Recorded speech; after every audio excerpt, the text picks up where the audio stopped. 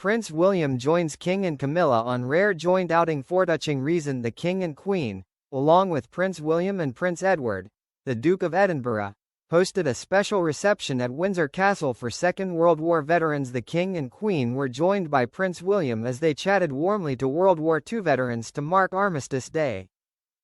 The Prince of Wales was with his father, Charles, and stepmother Camilla as they hosted the touching event at Windsor Castle. The trio were also joined by Prince Edward, the Duke of Edinburgh, as well as the Duchess of Gloucester in welcoming the veterans who have served in the Pacific in the war as well as their families. The special outing came as this year marks 80 years since the end of the Second World War and VJ Day. The day on August 15 marks the anniversary of Japan's surrender to the Allies following the atomic bombings of Hiroshima and Nagasaki in 1945, effectively ending the Second World War. The royals mixed with the group of elderly veterans and their families, hearing of their stories of sacrifice during the conflict. The event comes at the end of a busy Remembrance Day. Fourth royals, who have been commemorating the nation's fallen soldiers today. Veteran Henry Rice, who served in the Pacific, was seen talking to William and Camilla, while the royals posed for a group photo with the former soldiers. Defense Secretary John Healey also attended the reception at Windsor Castle marking the end of the war. Earlier, the Princess of Wales led the nation in a poignant 2-minute silence on a moving visit to the National Memorial Arboretum in Staffordshire.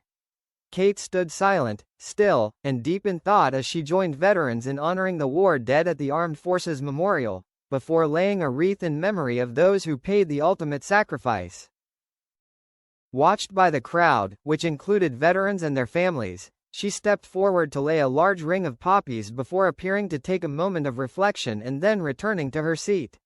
She bowed her head as the crowd prayed for those who had been affected by conflict, including members of the armed forces and civilians.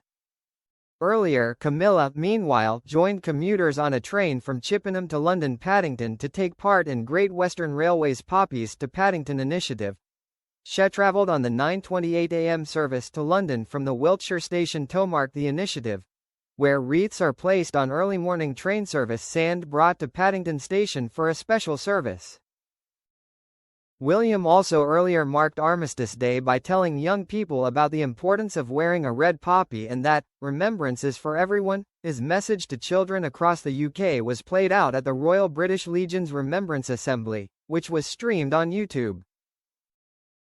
In his message, the Prince said, "Armistice Day is an important time for us to stop and reflect. It is a reminder that remembrance is for everyone.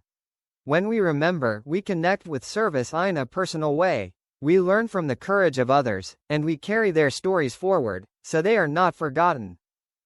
It's not just about the past, it's about shaping how we become in the future. Remembrance teaches us empathy, resilience, and responsibility. And when we wear a red poppy or take a moment of silence, we are saying, thank you. We have not forgotten, and we will not forget." Meanwhile, Princess Anne marked Armistice Day by laying a wreath at the 7th Combat Signal Regiment Memorial on a visit to Gallipoli Barracks in Brisbane as part of her trip to Australia and Singapore.